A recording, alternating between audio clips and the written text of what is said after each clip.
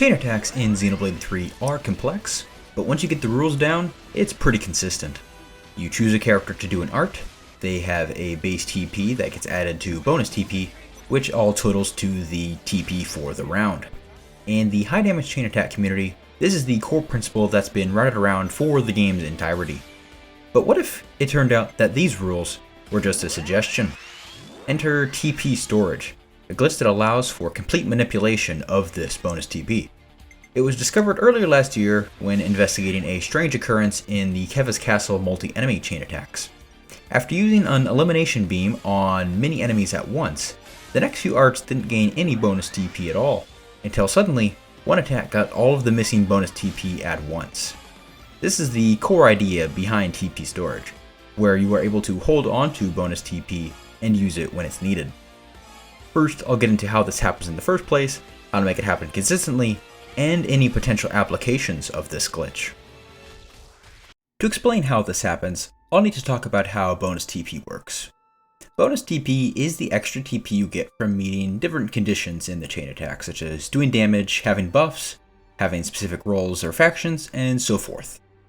To prevent all of this bonus TP being shown on screen at once, because there's oftentimes quite a bit, the game temporarily puts it into what is known as the TP buffer, and takes it out when there's room on the screen for it. Shown on screen now is the visual representation for the TP buffer. The real one is an array with 50 indices, but 10 will be used here for the sake of simplicity. Each index of the buffer can hold one bubble of bonus TP. To put bonus TP into the buffer, the game uses a head, which moves one index at a time, putting a TP bubble in each until all of the bonus TP is in the buffer. To take it out, the game then uses the tail, which checks each index as it goes along to see if there's a TP bubble in there. If there is, it takes it out and displays it. If there isn't one, then the process stops, which means that all the TP has been resolved. For an example of this, let's take a look at an art that maybe generates 3 bonus TP. So first the R will be used, and 3 bonus TP will be added by the head, such as 1, and then 2, and then 3. So now all 3 bonus TP are in the buffer, and it can begin taking it out. This is done with the tail. First it checks position 1 here, and sees there is a bubble in it. So it empties and displays it, and moves on to position 2. It repeats this. It sees a bubble in 2, and takes it out and displays it. Same goes for position 3. And once it is done, it has reached position 4, and we see that there are no more bubbles in it, so it stops and moves on to the next art. This can be done anywhere in the array as well. Let's say it starts at position 9 instead, and we generate 4 bubbles from an art. As you can see here, the head adds 4 bubbles, and the tail takes out 4 bubbles, and it just wraps around from one beginning to the next. But what happens if you used something that generated more bubbles than there were positions in the array? That's where problems arise, you see. For example, if we use an art that has 12 bonus TP bubbles, whereas this array can only hold 10. In an actual scenario, the array could hold 50, and you would need to go over 50 to get this overflow effect. But for the first 9, not much happens. We can see all the TP bubbles are filled as normal. Then we add the 10th. That one can fill normally as well. Now the entire array is full of bubbles, and there is no more room for any one, but there are still 2 more bubbles the head is trying to add. Now, the head doesn't care that it's adding bubbles to an array slot that already has one, and simply overwrites the old one. So when the 11th bubble, suddenly the bubble in position 3 is now replaced with the 11th one instead of the 3rd one. And we can see this moving forward. It will do the same with the 12th. And now it is done adding TP, and TP needs to be removed by the tail. And it is done so, again, by checking one at a time. It checks position 3, it sees there's a TP bubble there, displays it, and moves on to position 4. And just like normal, it sees position 4 and moves forwards all the way down the line. All the way to back to position 3 here. And it stops at position 3 because it sees that there are no TP bubbles in the index there, so it stops and waits for the next art. But as you can see here, something has happened. Normally, the head and tail should always be aligned in between arcs, but here, all of a sudden, they are now at different positions because of the overflow. And this desync is where the TP storage happens and why things start to get weird. So with this desync in mind, let's see what happens now when more TP is added after a following art. So when an art is used and it generates 3 TP bubbles, the head will function as normal, applying 1, 2, 3 TP bubbles. And now the tail can start moving. But what happens is the tail, in its current position of 3, doesn't see any TP bubble and therefore doesn't move. Therefore, it never finishes resolving the TP bubbles, which means that the Arteus doesn't get any bonus TP, which this is what happens in the TP storage when you see an art not generating any amount of bonus TP. Therefore, we can call this TP being currently stored in the TP buffer. This process can repeat for more and more TP added to the buffer, up until this point, where again it still doesn't see any and can't move. But once we add one more TP bubble, suddenly the head can see this bubble and it can move again from position 3 to position 4. And once again it now stops because it does not see any TP bubble in position 4. But once the head moves on to position 5 here, it adds a TP bubble to position 4. And then the head sees the bubble in position 4 and can move on. And then it is able to see position 5 and is able to continue down, and all of the bonus TP is applied at once. This is the other part of the TP storage glitch that was being seen, where the TP is being displayed all at once after not appearing for some time. And now the heads are back to being in a desync state, like where they began. However, this isn't always the case, where sometimes you can get a scenario where you're adding more TP bubbles. In this case, you're adding 3 TP bubbles at once from this position, therefore you're getting an overflow on position 5, so position 5 is being overwritten, and once the head resolves all the TP bubbles, suddenly now the head is at position 6, and the tail is at position 3 still. So there can be some variance in how the head and tail align, depending on how the overflow happens in between iterations. So all this fancy array nonsense is interesting, but how is it even useful? Well, importantly, this TP buffer only resets when the game is turned completely off, which means that it persists through different chain attacks, different fights, even between save files, and even going into future redeemed. Which means that you can set up the glitch in some place and take it to anywhere you want, so long as you keep the game on. And there's plenty of use cases and applications for this, such as improving routing and chain attacks. You can store a bunch of TP bubbles in the buffer, take it into a different chain attack, and you can get a free round 1 amazing on any hero. There is a note here that characters still have the intended amount of bonus TP when they reactivate, meaning one character doesn't keep all the bonus TP for themselves when they get it all at once, and when a character is missing bonus TP, they will have that TP when they reactivate. However, using an effect that alters TP by a flat percentage, like such as a first blood on attackers, that actually hard sets their TP to that new value, which means that way they can keep their extra bonus TP when they first blood. So getting a round 1 amazing on every single hero sounds nice, but what's the best way to actually even set up the glitch?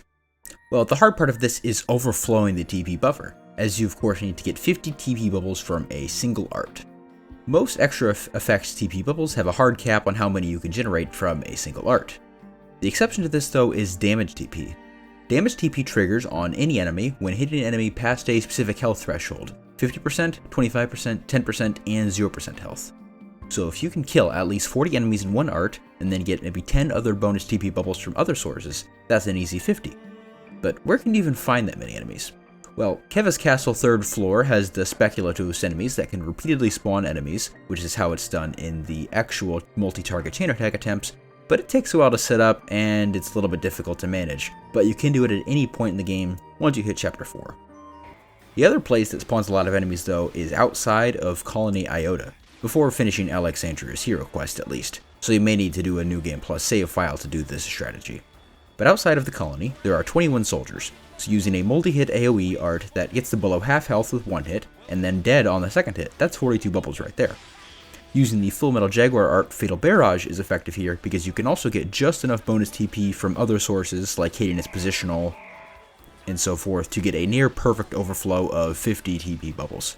So that's the strategy I like to use the most, and I can show it off here and how to consistently hit it once you have this set up. So there's going to be 2 parts to this setup here now that we're in Colony Iota. The first step is to stack up Tyon's Full Metal Jaguar skill, because this skill actually persists between fights as well. So you can use the first one to get a bunch of hits in a row, stack up that damage boost that Full Metal Jaguar has, and then use the second fight to actually overflow the buffer. This is just to specifically set up the damage in a very specific way. But just using a chaotic memory, and then a Dead Set Fatal Barrage should get you enough hits to fully stack up that skill and move on to the second phase of the fight. So you just give up there, and here I will show you how they've been changed with this new setup. So first up, looking at Tyon, he's got some very specific accessories and skills to get his damage to exactly enough to do the half. The Accomplish Hairpiece from Challenge Mode, turning rings for an attack increase in the Expansion Holder, which is important to boost the AoE range of the Fatal Barrage you're going to use.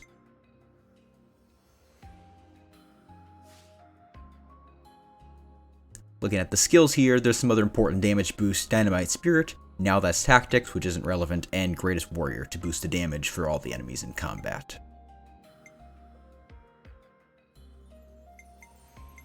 The arts are going to be Fatal Barrage with a fusion or something to boost Fatal Barrage's AoE size, and then Dead Set that isn't fused to anything. The middle art doesn't matter. On the defensive tank soul hacker here, we have Lands. He's going to be a Dodge Soul, which is important just so that he can dodge all the attacks and build up a chain attack very quickly while keeping the aggro off Tyon. His skills don't matter that much. Defense Mastery for a little bit of extra damage reduction is acceptable though. Gems also doesn't really matter. The accessories, you can put more defense reduction here, but again, it's really just that make sure he has Dodge Soul active. The Seraphs are all going to be the exact same, and you need them to have no arts and skills, no skills or gems. Accessories, it doesn't matter, but all you need to do is have them to have a Leveling Fire not fused to anything, and then a art that doesn't do damage, like Shadow Eye or something like that. This is just for setting up some specific TP things for filling the buffer after we've done the overflow. And then the hero can just be Riku and Manana. This makes filling the buffer efficient. I'll show you how once we get into the actual chain attack and filling up the buffer itself. So the way this is going to work is you're going to look at all of the 21 soldiers and get all of their aggro, like so. Just running around and making sure they all see you. Make sure those Lavnesses don't see you, as they're a little bit big and annoying to deal with. Just the 21 soldiers should be plenty to overflow the buffer. So you're going to get them all aggroed on you, and you're just going to be trying to build up the chain attack gauge. Because Lance is a dodge soul, he's going to not take much damage, so he'll be dodging all the attacks while filling up the chain attack, and you can take them into sort of this area to funnel them into position. This is like a good representation, as it's just about the exact size of that maximum AoE Fatal Barrage, so you should be able to hit them all pretty consistently if you line it up once we get into that. So we're taking all of the aggro and filling up the chain attack, and the next step is going to be setting up the Seraphs. So there's a bonus TP called Full Health TP, which is annoying when we're trying to fill up the buffer, because we're trying to fill it with like high quality TP bubbles like Force and Roll Match, which gives you 10 and 5 TP, rather than Full Health, which gives you 1. So we're going to make sure they don't have full health by using a Leveling Fire stance, which hurts them whenever they use an art, and then just the Shadow Eye that doesn't do damage, and make sure they don't take aggro. So now all of our Seraphs are not at full health, which is important for filling up the buffer. The chain attack is just about full here, and then we can start lining up Tyon. So we're going to switch to Tyon here and try and line it up so that we hit all of the enemies at once with our Fatal Barrage. Here we get target our enemy kind of in the center here, and then start the chain attack.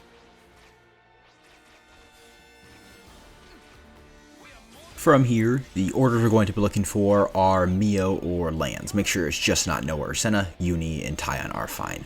But in this case, we did get Mio, so we're going to choose her. From there, we're going to do a Tyon using his Fatal Barrage, which is going to hit all the enemies at once a bunch of times. And as you can see, we hit all of them at once, and we hit each of them with 2 hits to get 2 instances of damage TP per enemy hit. And we're going to get some extra critical bonus increased effect TP as well, which should get us to right around the overflow limit. And looks like we did hit it. You'll see Tyon get over 100 TP if you've done it right. Next step is we're going to need to try and fill up the buffer now that we've added, now that it's overflown.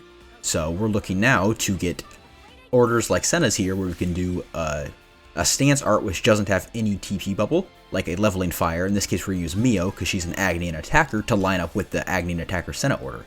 And so what we see here is she gets no TP bubbles, but we're filling up the buffer with some very specific bubbles that are Force and Roll Match.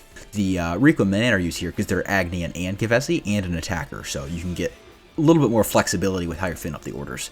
And then we do Tyon, he's again an Agnian attacker, and we're looking to do 8 of these stances, which should fill up the buffer to right around the 50 limit we're looking for. So we've done 3 so far off of a Senna order, so we're looking for a Noah order or a Riku and Manana order. Here we find the Riku and Manana order, which works on Agnian and Kevesi arts, so we can simply use a Noah leveling fire now.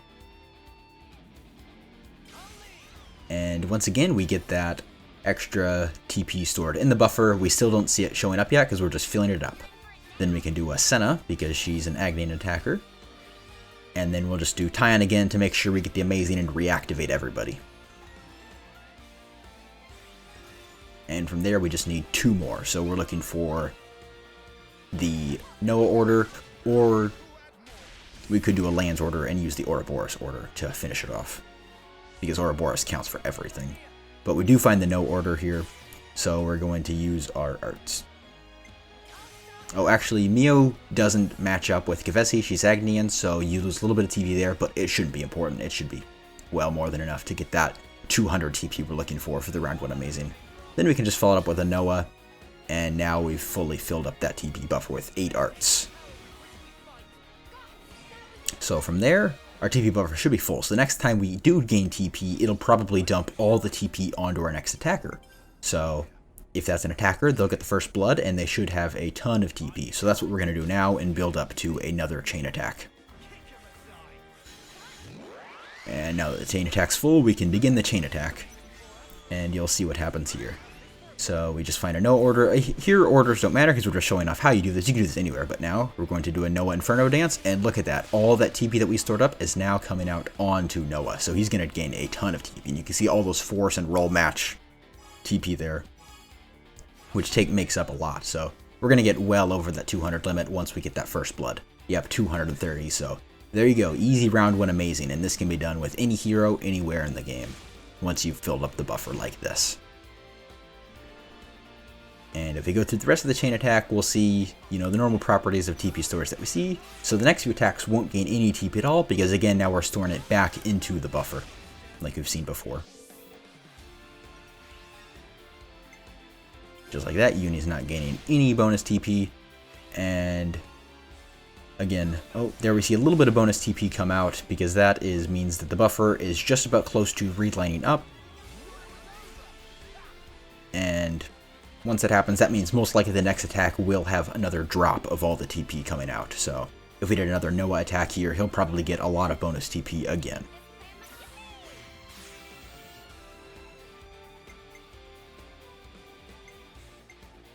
So again, we do another Inferno dance, and yep, here comes all that bonus TP coming out all at once. And then because it's the first blood again, he'll get to keep it. So Noah's making quite the amount of TP. He's up to 371 now. Let's see how high you can get by the end of this.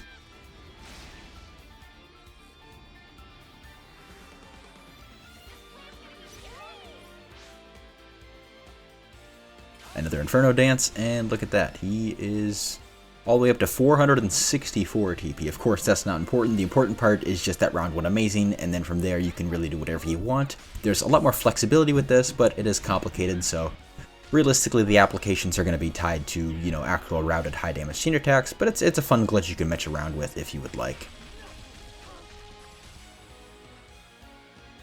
There's a lot of different properties and things you can figure out with this glitch, but I'll let you figure those out. Go nuts. And yeah, I guess have fun and go out there and see if you can do some of this stuff yourself.